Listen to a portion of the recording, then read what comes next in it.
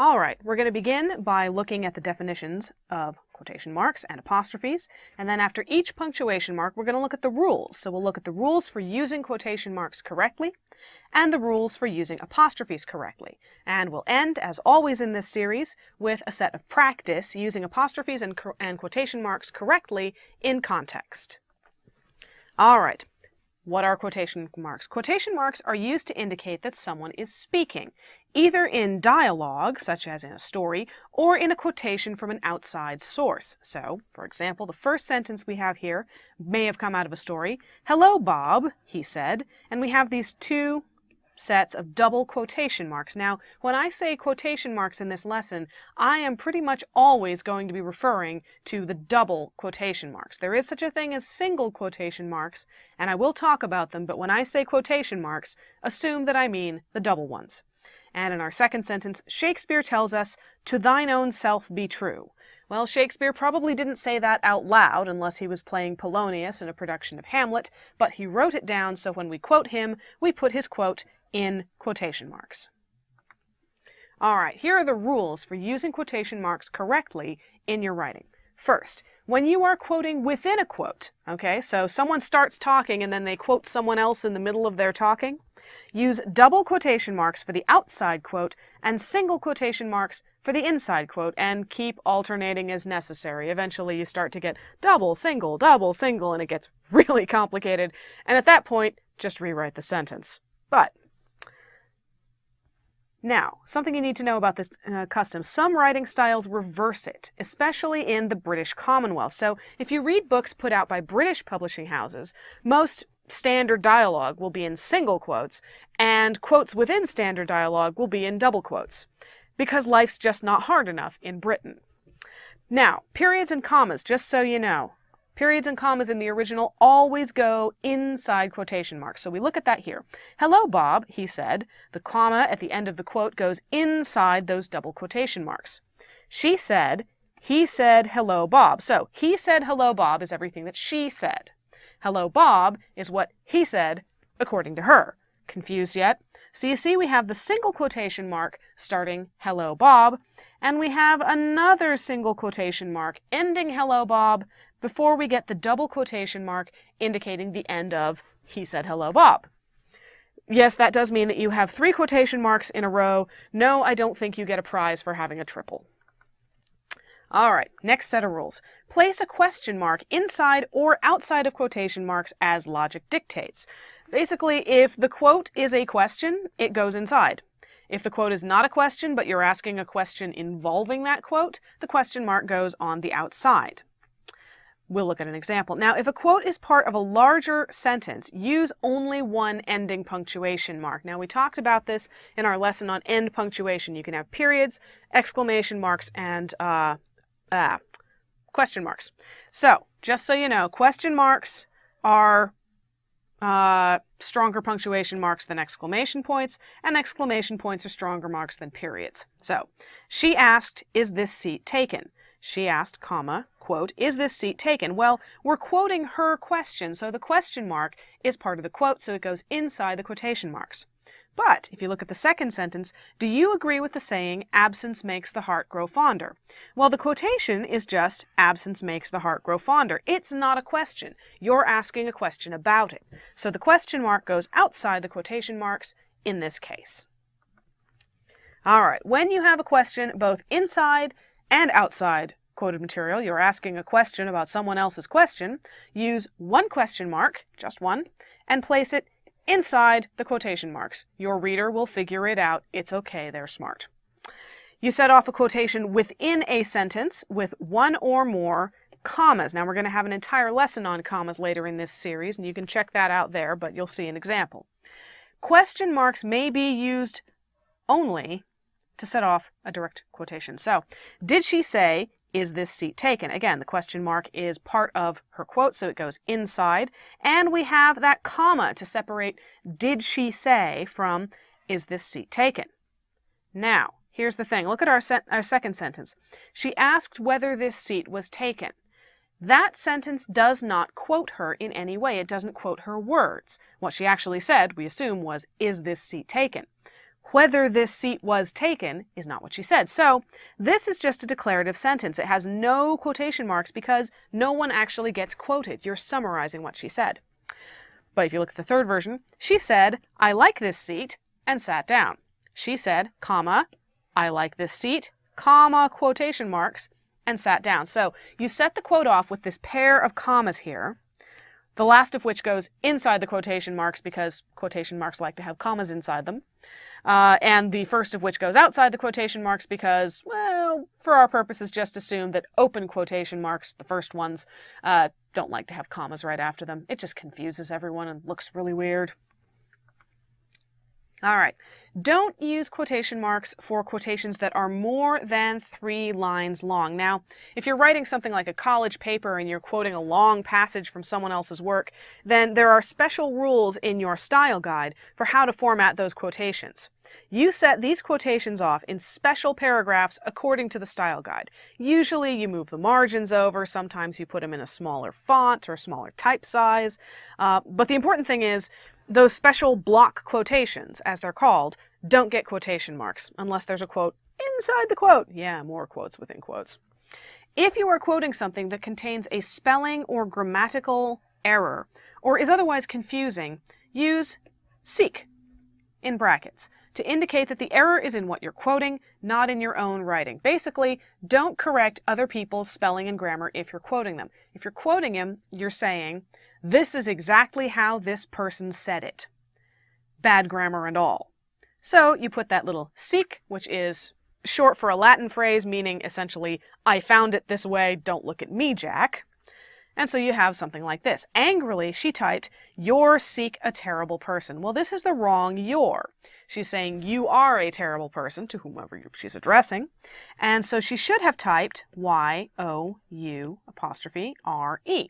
Well, she got it wrong, but you are quoting her directly, so just to let people know that you don't have bad grammar, she does, you use sick.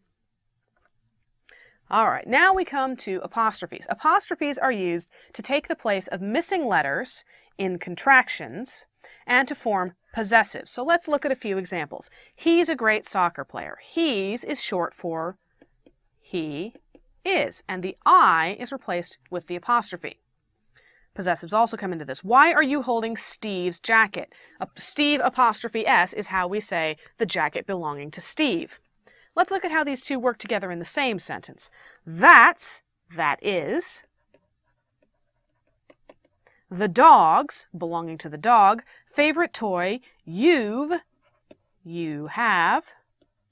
Got in your hand. All right? So let's look at some of the specific rules for apostrophes. All right. When forming a contraction, which is where you stick 2 words together and leave some of the letters out, place an apostrophe wherever the missing letter or letters should go. So, for example, in he's a good soccer player, you took out the I and replaced it with an apostrophe. Double contractions, which means removing 2 sets of letters and using 2 apostrophes, are considered improper in formal writing. Although they do show up in informal text and dialogue, you will hear people say, you'd have done the same thing, which means you would have done the same thing. But if you write you'd have, you, apostrophe D, apostrophe VE, it just looks weird and very informal, and don't do it. So, examples. I'm not dead yet. I am not dead yet. You take out the A and you replace it with the apostrophe. They'll be arriving soon. They will. In this case, the apostrophe takes the place of 2 missing letters, W and I. He'd like you to meet his mother. Well, in this case, the apostrophe takes the place of W, O, U, and L. He would like you to meet his mother. She'd have loved to see you here today. She would have loved to see you here today. Again, the apostrophe takes the place of several letters. Now you notice we didn't write she'd have. We wrote she'd have because this is a more formal writing style. If we were writing dialogue in a story, or if you were, suppose, instant messaging somebody, you could get away with S-H-E apostrophe D apostrophe B-E, she'd have. And we say it all the time, but in formal writing, don't do it. All right, to show regular possession, ordinary possession, Non-demonic? No, I'm kidding. To show the ordinary sort of possession, this individual owns this thing, place an apostrophe before an S after the name of the owner. Now, you run into trouble because some names end with S or an S sound, either S or Z. So, if you do that, use the second apostrophe and S if you can. It's not required, but it's preferred. So, Steve's jacket, Diego Velasquez's art, Elena's hair, Kansas's weather. Now, some people would write Kansas's, in the case of the weather, as K-A-N-S-A-S apostrophe, and they would leave off the final S. This is considered more informal than the way I've done it here with the apostrophe S, and I would encourage you to stick with the apostrophe S wherever reasonably possible. All right, to show plural possession, which means that more than one individual or more than one thing owns whatever you're talking about, make the noun plural first. Then use the apostrophe alone if the plural noun ends in S. If the plural does not end in S, use the full apostrophe S construction. So, the two boys' room. Well, there's two boys, so you take the singular noun boy and you make it plural as boys, and because it ends in S, you put an apostrophe after it. You see why I was concerned about Kansas? It's because some people treat Kansas like a plural. 3 cats' tails. Again, the plural of cat is cats, so you put the apostrophe after the S apostrophe. However, when you look at plurals that do not end in S, for example, 2 women's hats. Well, the plural of woman is women, but it doesn't end in S no matter how you look at it. So you just put the ordinary apostrophe S construction on the end. Similarly, 5 alumni's cars. I don't care what you've been told, alumni is a plural noun. The singular is alumnus, amusingly enough. So if you're talking about cars belonging to 5 previous graduates of your university, it's 5 alumni's cars. Use the apostrophe plus S construction where the noun that should follow is implied. So for example, we say, this is Sharon's, not Sam's, hat. Well, we don't say this is Sharon's hat, not Sam's hat, although that's perfectly grammatical. Frankly, sometimes in English we're lazy, and so we just say this is Sharon's, not Sam's, hat, and they both modify hat, so you can use the apostrophe S construction just as you normally would for that situation. Don't use an apostrophe for the plural of a name. So, I visited my friends the Sanchez's. Okay, apparently you're friends with a family named Sanchez. The plural is Sanchez's. You don't use an apostrophe just to form the plural. You just stick the ES on the end because the name ends in Z. Similarly, the Joneses are a lovely family. No need for an apostrophe because you're not forming a contraction or showing possession.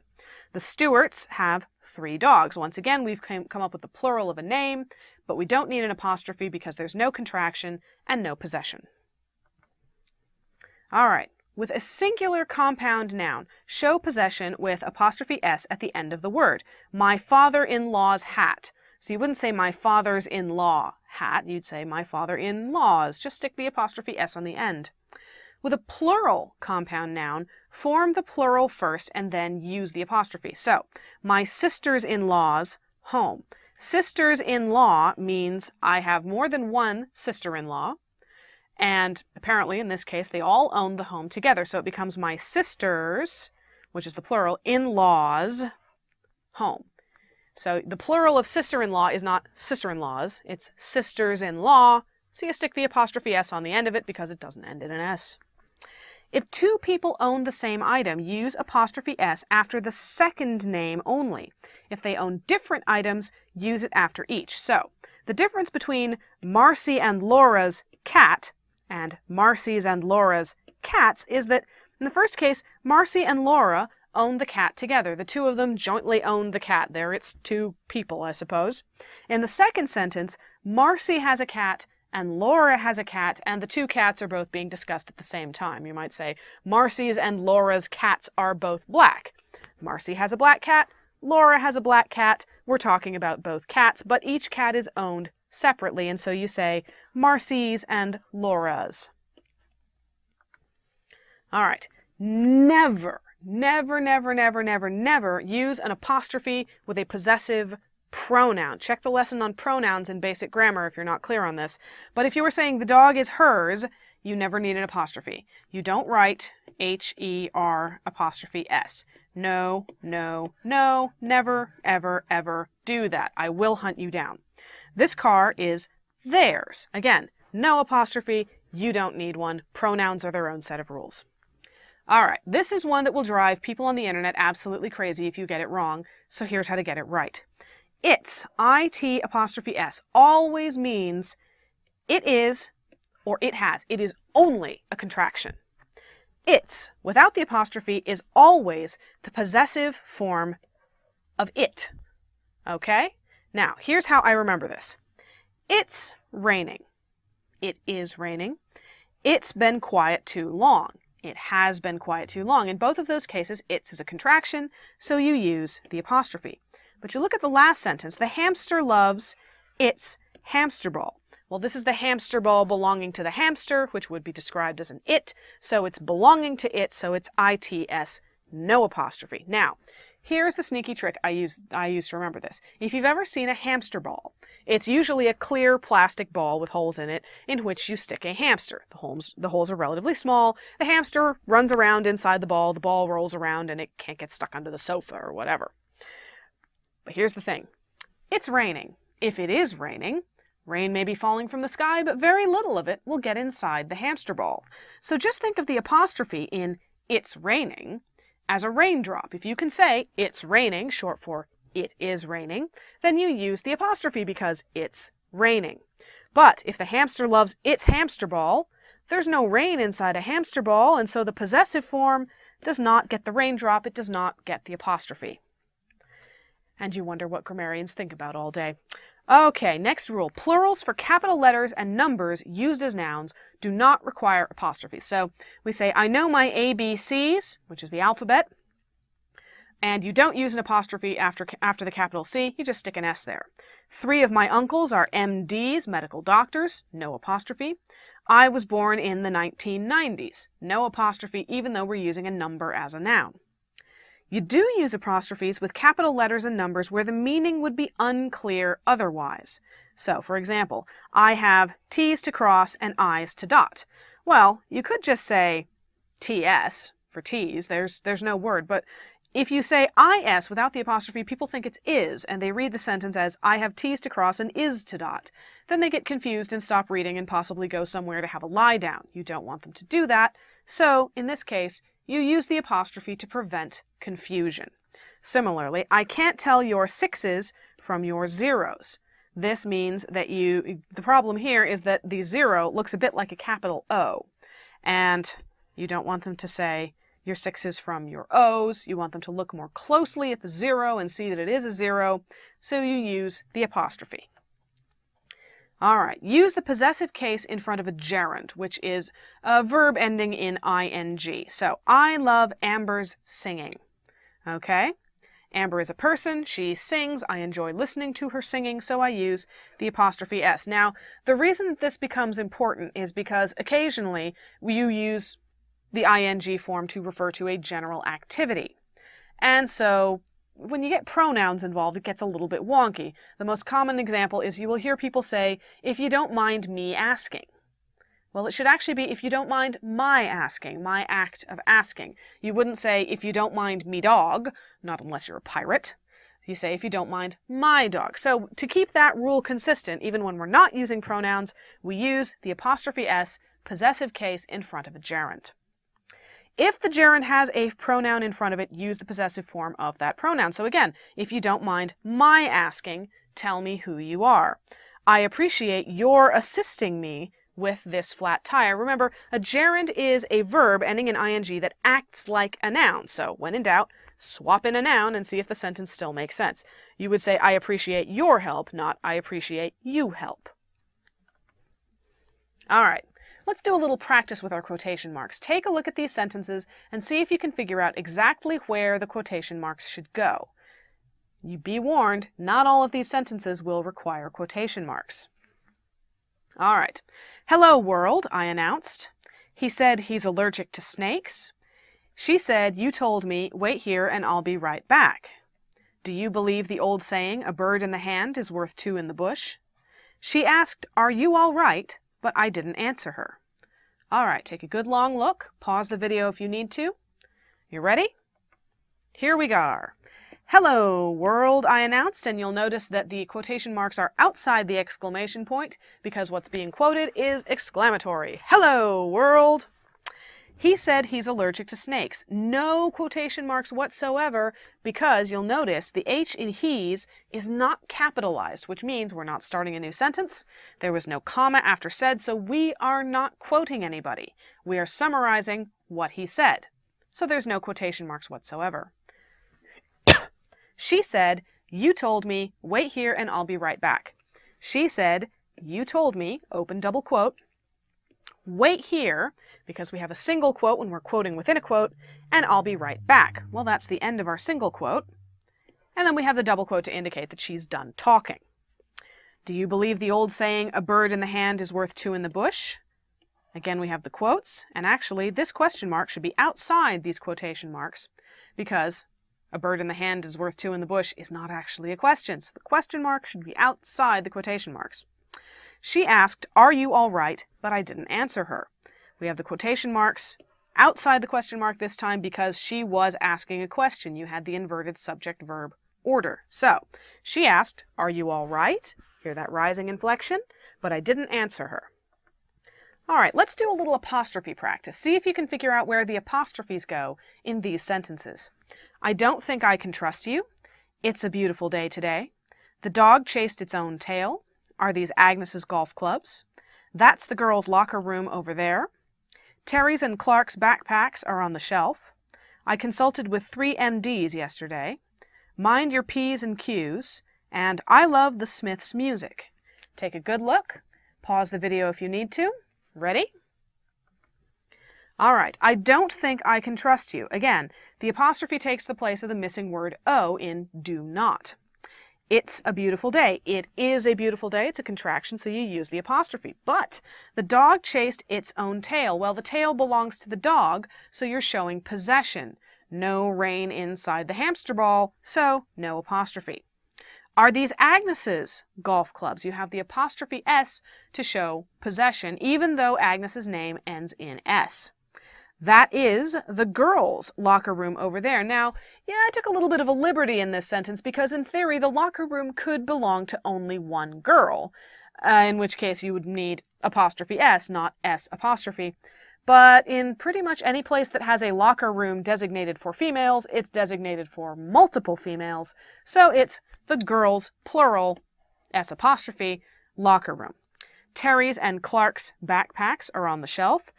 Terry apostrophe S and Clark apostrophe S. That indicates that Terry owns a backpack and Clark owns a backpack. They do not jointly own one or more backpacks. I consulted with 3 MDs yesterday. Remember, you don't need an apostrophe when you are using capital letters and numbers as nouns. Mind your P's and Q's. Again, we didn't need to add an apostrophe here because there's no word in English that goes psst or ks. And finally, I love the Smiths' music. Now, you might have had to Google to realize that the Smiths are a band, but the sentence should have told you that they are at least a group of musicians. It's plural, so you put an apostrophe after Smiths, after the S. And that's all for this lesson. Thank you for watching. Educator.com.